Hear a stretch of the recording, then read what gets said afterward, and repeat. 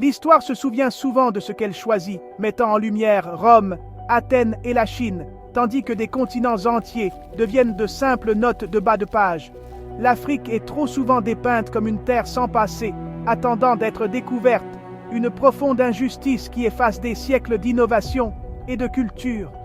Ce soir, nous nous engageons à corriger cette amnésie. Nous voyagerons à travers le temps, parcourant les marchés d'empires qui contrôlaient autrefois l'or du monde, et nous tiendrons à l'ombre de pyramides construites par des pharaons noirs. Nous rencontrerons des rois, des reines et des architectes, dont les noms méritent de figurer aux côtés de César et de Cléopâtre. Ce ne sont pas des légendes, mais des histoires réelles d'empires africains qui ont prospéré bien avant l'arrivée des navires européens. C'est plus qu'une leçon d'histoire, c'est un acte de réhabilitation. En déterrant ces chapitres, nous défions la vision du monde qui justifiait la domination et l'inégalité. Préparez-vous à être étonnés, à reconsidérer ce que vous pensiez savoir sur le berceau de l'humanité. Les histoires de Kush, du Ghana, du Congo, du Grand Zimbabwe et du Dahomey ne sont pas seulement l'histoire africaine, elles sont l'histoire mondiale, des récits de richesses immenses, de sociétés complexes, de spiritualité et de résistance féroce. Ils nous rappellent que la grandeur est universelle, non confinée à une couleur ou un continent. Il est temps que tous les chapitres soient lus à haute voix, avec fierté et respect. Commençons ce voyage au cœur d'une Afrique oubliée. Le voyage commence maintenant. Au sud de l'Égypte, le royaume de Kush s'est élevé le long du Nil, puissant, résilient et innovant. Kush a maîtrisé le travail du fer, alimentant son économie et son armée, avec Méroé comme son cœur industriel. Au 8e siècle avant notre ère, le roi Pille a conquis l'Égypte, fondant la 25e dynastie des pharaons noirs régnant de la Méditerranée à la Nubie. Ces souverains vénéraient la culture égyptienne, restaurant temples et traditions, non pas en tant qu'envahisseurs, mais en tant qu'héritiers d'un patrimoine commun. La société couchite était complexe et progressive. Le pouvoir passait souvent par la lignée maternelle, et les reines-mères, les Kandake, dirigeaient les armées et la diplomatie. Plus de 200 pyramides à flancs abrupts se dressent encore au Soudan, témoins silencieux du génie de Kush. L'écriture méroïtique reste indéchiffrée, détenant les secrets d'un royaume qui rivalisait avec les plus grands de l'ancien monde. L'histoire des pharaons n'est pas seulement égyptienne, elle est nubienne, africaine et un héritage de pouvoir noir. L'héritage de Kush perdure, attendant d'être pleinement compris. En Afrique de l'Ouest, l'empire du Ghana, connu sous le nom de Pays de l'Or, est apparu comme une puissance. Fondé par les Soninké, la richesse du Ghana provenait du contrôle du commerce transsaharien, reliant les mines de sel du nord aux champs d'or du sud. La cour du roi éblouissait d'or, son autorité étant renforcée par une armée massive. Kumbi Saleh, la capitale, était divisée, une ville royale pour le roi et un centre commercial pour les marchands musulmans, reflétant une société ouverte au commerce et aux nouvelles idées. Des mosquées se dressaient près des forêts sacrées, montrant tolérance et cosmopolitisme. Le déclin du Ghana au XIIIe siècle a ouvert la voie au Mali, mais sa légende a alimenté l'exploration européenne. L'histoire du Ghana brise le mythe d'une Afrique isolée. C'était un centre de commerce, de pouvoir et d'influence mondiale. Son héritage a façonné le monde bien avant les empires européens. L'Afrique n'a jamais été isolée, elle a toujours été connectée. Sur la côte atlantique de l'Afrique centrale, le royaume du Congo s'est élevé comme un État sophistiqué et centralisé. Le Mani-Congo régnait depuis Mbanza-Congo, une ville de droit, de diplomatie et d'unité spirituelle. La spiritualité liait la société. Le roi était à la fois chef politique et gardien spirituel, les forgerons étant vénérés pour leur pouvoir transformateur. L'arrivée des Portugais en 1483 a apporté curiosité et échange.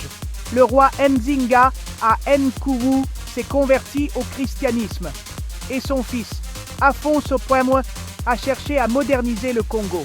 Mais la traite négrière a rapidement dévasté le royaume. Les appels d'Afonso au Portugal pour mettre fin à la brutalité ont été ignorés. La traite des esclaves a érodé les fondations du Congo, alimentant les conflits et affaiblissant l'autorité. L'histoire du Congo est un récit édifiant, un fier royaume miné par la cupidité extérieure. Pourtant, son héritage de diplomatie, de spiritualité et de résilience perdure. L'ascension et la chute du Congo résonnent à travers l'histoire. En Afrique australe, entre le Zambèze et le Limpopo, se trouvent les ruines du Grand Zimbabwe, une ville qui défie les mythes coloniaux. Prospérant du XIe au XVe siècle, c'était une capitale du commerce de l'or et de l'ivoire, abritant 18 000 personnes à son apogée. Ses murs de pierre massifs, construits sans mortier, témoignent du génie de l'ingénierie Shona. La grande enceinte, avec ses murs imposants et sa mystérieuse tour conique, reste une merveille architecturale. Des artefacts de Chine, de Perse et d'Arabie confirment son rôle de plaque tournante commerciale. Les historiens coloniaux ont nié que les Africains l'aient reconstruit, inventant des mythes pour justifier la domination. L'archéologie a prouvé le contraire. Le Grand Zimbabwe est un testament au génie africain indigène. Aujourd'hui, ces ruines inspirent la fierté nationale et réhabilitent un passé glorieux.